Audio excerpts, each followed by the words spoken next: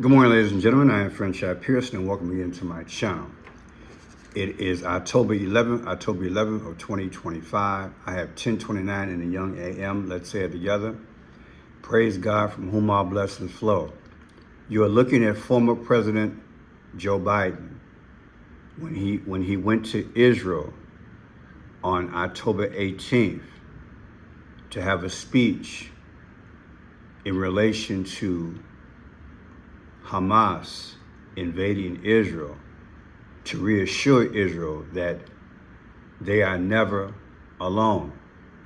I want to show you in this presentation how the Bible speaks in the book of Ecclesiastes that things season and cycle, and that there's nothing new under the sun. Satan has a way of connecting the past to the future.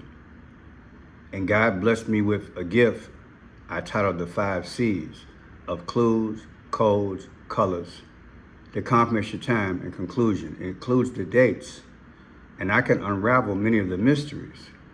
So again, in this presentation, I want to show you all the way from the Jimmy Carter days. Many of you might not have been born or even checked that out. I covered those stories back in the day when there were 52 hostages that were finally released on the day that Ronald Reagan came into office and Jimmy Carter was on his way out. I submit to you, something similar is about to happen. Trump will be on his way out. Kamala Harris will be on her way in. She will inherit this mess, and then it will be resolved by Barack Obama. Check this out. You've touched on this a little bit, but I really want to talk about the strategies we might see here with President Trump, because as we've been saying here, one of those unanswered questions is whether and how Hamas will disarm, the future governance of Gaza remaining uncertain. So what is the approach President Trump might take when it comes to discussions on these topics?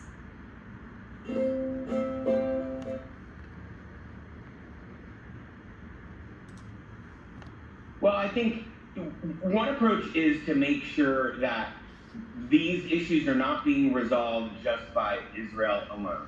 To make sure that the other Arab countries, especially the ones neighboring the region, Jordan and Egypt, are involved in helping find resolution to these issues, and that they also voice their view that Hamas cannot be in charge of Gaza in the future. But you have to find a way to also meet the aspirations of the Palestinian people for self-determination, that they choose their own leaders. And people should remember that while Hamas was elected, there hasn't been an election in Gaza for about 18 years. So this government of Hamas was not really representative of the people of Gaza. So ultimately, you also have to think about how are you going to have elections in an area that has been completely destroyed. How are you going to secure Gaza so that you can have free and fair elections? And how are you going to also make sure those elections don't result in any former Hamas officials who were involved in the October 7th attacks taking leadership positions again? So again, there's a lot to look at, because there's a question of representation / leadership / appointment / government. Go down the road. They have their hands full over there, but it's going to unravel. Bible prophecy already talked about it in Thessalonians when they say peace and safety, sudden destruction. We're going to see how this thing is going to materialize. Now, the statement was made, the IDF is preparing for the return of the hostages, with the ceasefire coming into effect today. After more than 2 years of intense operations in Gaza, the IDF is finally preparing to receive the remaining 48 hostages. 48 is key, because on April 8th, there was an eclipse, which means an X. Which means you wiped out symbolically. This is an emotional moment for the people of Israel and for the troops of the IDF who fought and aced, who acted over the past 2 years with courage, bravery, and dedication. IDF Spox. So that's what we're up against. Now, I want to take you to a journey. This is very important because the tie-in is in history. There is no future in the Middle East without looking at the past. And again, I've been covering this thing, I would say, since 1977, 78. And I want to show you something that is so deep, so rare, that I don't think anybody else is connecting because it's future past. So we'll go through a few videos and we'll explain what's going on here. Now, day one of Ronald Reagan's presidency, and day one of freedom for 52 Americans. Though thousands of miles apart, these two historic events moved almost on parallel tracks today. The new president had not been in office an hour when the former hostages became free men and women again. And they are well along now on their trip to West Germany and eventually to home. For the latest on their return to freedom, here is Peter Jennings in West Germany. Peter? Frank, the Algerian 727 carrying the freed hostages left Athens about 1 hour ago. It's now over the Mediterranean. It was on the ground 90 minutes for refueling. No one disembarked. The American ambassador to Greece, Bob McCloskey, did not go on board, but he did send some flowers on board, and he got a note back from his old friend Bruce Langan, who said, "I am very glad to be finally going home." It is about a 3-hour flight from Athens to Algiers, where the former captives should arrive about 8:30 p.m. Eastern Standard Time. We've seen only 2 pictures from Tehran itself today. Iranian television did not transmit any of its coverage outside the country. We have seen 2 still photos. In one, Joseph Sulik Jr., the second from the left, is being escorted by 3 Iranians. Sulik, whose parents in the Oval Office over. If you want to look strong. Is Jimmy Carter. But no matter what, it would be their last. Mondale. This one had a different ending. Secretary Miller. Here we go. Hello? Kevin. Right on, man. That's great. That's great. Okay, now the next step in. So that'll go to Algiers, and Algiers, when they notify Iran, will notify us back, right? Later this morning, after word was received that Iran had taken all the necessary steps to make the transfer of its assets possible, Mr. Carter could relax even more, although there was always the nagging doubt. So yeah, they phoned Jimmy Carter, the president at the time, Walter Mondale, I believe, who was the vice president at the time. Hostages, release, assets dealt with. And that's a big thing, people, the assets in that area, in that region, which is not always discussed in American media. Another day, another topic. Check this out.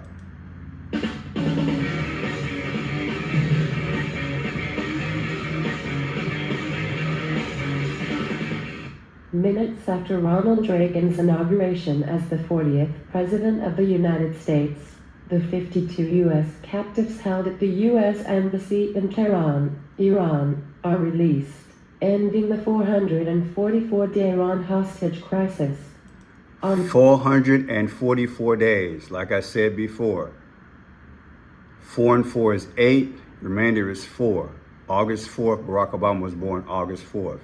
As you can see, way before Barack Obama came into the picture, the power was always utilized 84, 444, 48. That's one of their, these are their go-to numbers when they speak. 444 days, the hostages were in captivity. Make that make sense. November 4th, 1979, the crisis began when militant Iranian students, outraged that the U.S. government had allowed the ousted Shah of Iran to travel to New York City for medical treatment, seized the U.S. Embassy in Tehran. So what happened, and I remember as if it was yesterday, America allowed the so-called leader of Iran to come to New York to have surgery. He had the C word, C-A-N-C-E-R, I believe, C-A-N-C-E-R. And then militant groups attacked our embassy in Iran and took the hostages. That's what made all this possible. All set up, all staged, in my humble opinion. Now, this is very important. Listen to the numbers. You're going to hear 222. 222, you know, it's the B system. They've been using these numbers for a while. Check it out. 5 years ago this week with an end to a story that viewers of CBS News were reminded of every day for more than a year. A new and daring element was disclosed today in the Iran crisis, which has held world attention for 87 days now. And that's the way it is. Tuesday, February 19th, 1980, the 108th day of captivity. The 108th day of captivity. We just celebrated the 108th day of what? JFK's birthday, 108. Listen again. That's why I was looking at 108, something that happened that day with Joe Biden. And I believe I showed that in a video that the spoof or satire showed that Biden is possibly no longer with us. Listen to this here, 108. The 108th day of captivity, the 222nd day of captivity. Hear that? 222nd, 222. Remember, I always show you guys the beast system. They're consistent. And I've known about this for a long time. See, 222, Antichrist system, Donald J. Trump, beast system, Barack Obama, Harris, 222. That's how they speak, baby. They've been speaking like this for a long time. They just got different players, same number code. The 108th day of captivity, the 222nd day of captivity, the 285th day of captivity, the 377th day of captivity for American hostages in Iran. Since it began in 1979, Walter Cronkite marked... And that's how they do it. That's how they do it. That's how they speak. Now let's bring it up to today. The hostages under Jimmy Carter, 52 of them were in captivity for 444 days. 4 and 4 is 8, 84. Barack Obama was born August 4th. From November 4th, 79 to January 20th of 1981. They got released the same day Jimmy Carter was leaving and Ronald Reagan was coming in. Make that make sense. He was the first mega. Listen to me real good. Ronald Reagan started mega. M8. He was the first one to say, make America great again. Now Trump is saying it. Think about it. Think about it. Jimmy Carter negotiated the peace, but it happened under Reagan. Well, same thing here. The peace negotiated by Trump, he didn't get the Peace Prize. However, it will be resolved in part through WAR by Kamala Harris, I believe, and Barack Obama is going to solve it. History is going to repeat. Now again, November 4th, watch this here. November 4th, that's when it started. Take November 4th, 79, the hostages were taken hostage back in the day. 10/13 is when the hostages are going to be released. Trump is on his way to the Middle East right now. He should be leaving sometime this evening or early in the morning their time, whatever. Either way, 10/13, the hostages released in a few days. The difference between those days when the hostages situation went down, this is incredible. November 4th, when they were taking hostages back in the day, is 45 years ago, people, and Trump's the 45th president. And what is 49? The 49th vice president is Kamala Harris. See how I tied it in? They speak. How do I know this? Because I know a little bit about history. I know the players. I know the former players and the current players. And I look at the Bible in relation to the lens of how these devils are working, these powers. So again, all I took was the hostage date versus the hostage release today. 45 is Trump. It pointed to the future. It literally pointed to the future because the devils deal with future past. They orchestrated both situations to me. 45 is Trump, 49 is Kamala Harris. Boom. 49th Vice President Kamala Harris. Now look, here's her birthday, 10/20. Take 10/20/2026, her next birthday, coming up next year. Although she's got one this year, she has one this year, but next year is 2026. She subtracted from 10/13 to when the hostage is released in a few days, you get 111. There you go. The Pope died on the 111th day of the year. You guys know I've been rolling with 111 for a long time. 111 is 4/21, April 21st is when the Pope died. 111 has got to be death. 10/20, Kamala Harris' birthday. 10/1, what is that? We got to go back. 10/1. I should have wrote down my numbers. 10/1, 10/1. Oh, that's Jimmy Carter. Jimmy Carter's birthday. Ain't that something? We gonna go everywhere, but we gonna get through it. 10/1 is Jimmy Carter's birthday, 2024. 10/20 is Kamala Harris' birthday. The difference is 55 weeks. Julius Caesar died at 55 years old. Like I told y'all, won't be long before they take Trump off the scene. He ain't going nowhere. He gonna be somewhere golfing. Kamala gonna take over. Kamala will handle the conflict, is what I'm trying to tell you. In my mind, she'll handle the conflict. October 1, Jimmy Carter, his death date, 12/29. 12/29, Jimmy Carter's death date. 6/14/1946 is Trump's literal birthday. The difference is 78 years ago and 6/22. What happened on 6/22? We bombed Iran on 6/22. That's right. We bombed Iran. Here it is right here. We're going to make this real simple. Halifax, iPad Go 2, George Bush, look at his fingers. I said, look at his fingers. Look at his fingers. Watch.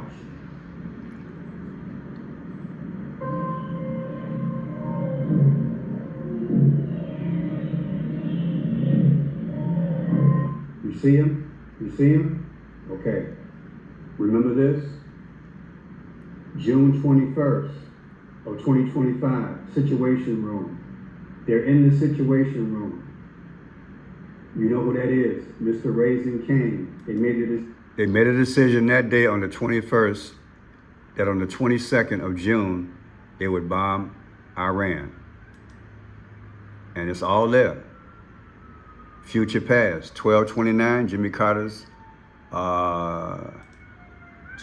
death date, 12/29, 2024, 6/14/1946, Trump's birthday, 78 years ago, 6/22. So it showed you in the future Trump was going to be involved, is what I'm saying. And 6/22, that's when we bombed Iran. It's right there.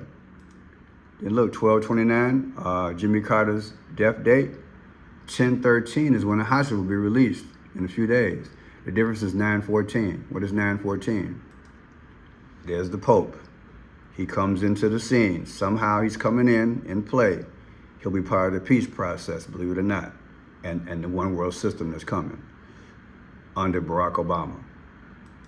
Because they're going to cause so much hell, they're going to look for peace around the world, probably through the United Nations. Now, Pope Leo became Pope on 5/8 of 2024. 2025 rather. Pope Francis became Pope on 5/8/2025. 10/13, hostage release. There's your 5/5 again. Remember, Julius Caesar died at 55 years old. Like I said, Trump is leaving. The Pope Leo became Pope on 5/8.